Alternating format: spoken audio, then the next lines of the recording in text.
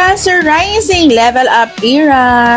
Cancer Rising in 2026 is your upgrade year. Ito yung taon na mas nagiging matapang ka pagdating sa career, goals at visibility. Yung dating tahimik ka lang, ngayon universe mismo ang nagtutulak sa'yo para pumunta sa spotlight. Career at pera, expect growth. Hindi siya biglaan pero steady. Parang bawat buwan may naiipon, may nadadagdag, may nasusolve.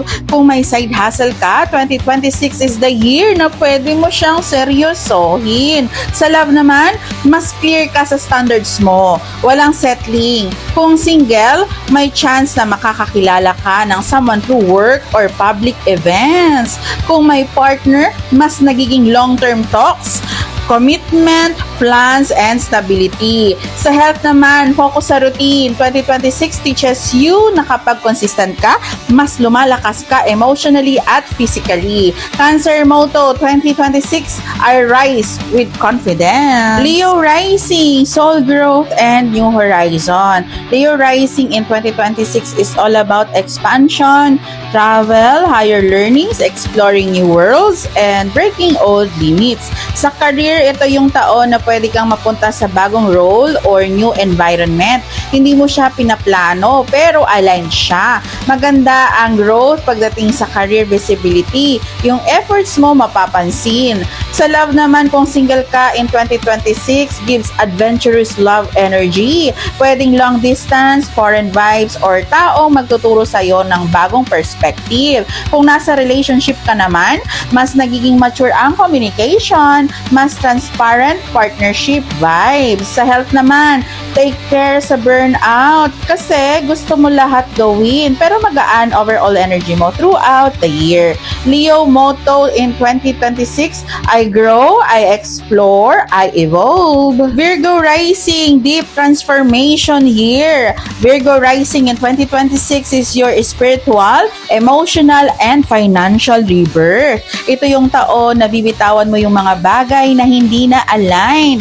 Old fears, past relationships, and unhealthy patterns. Sa money naman, 2026 may opportunities sa shared resources, partnership, collaborations, and investment. Pero reminder, huwag masyadong mag-overthink sa control. Sa love naman, kung single ka, this year attracts deep connections, not casual ones. Kung may partner ka naman, mas lalalim ang emotional intimacy, pero kailangan ng honest conversation. Sa career mo, mas strategic ka this year. Pwede kang pumasok sa mas specialized na skills or mas high-level work.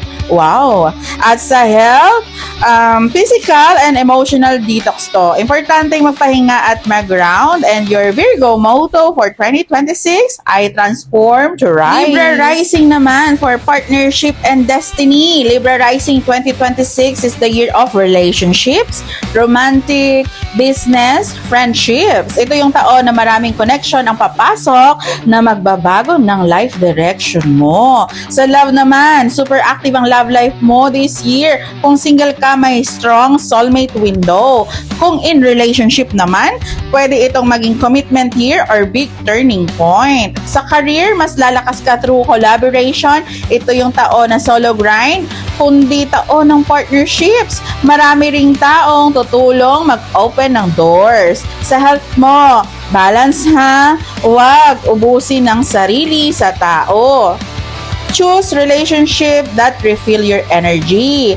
Libra motto 2026, I attract what aligns.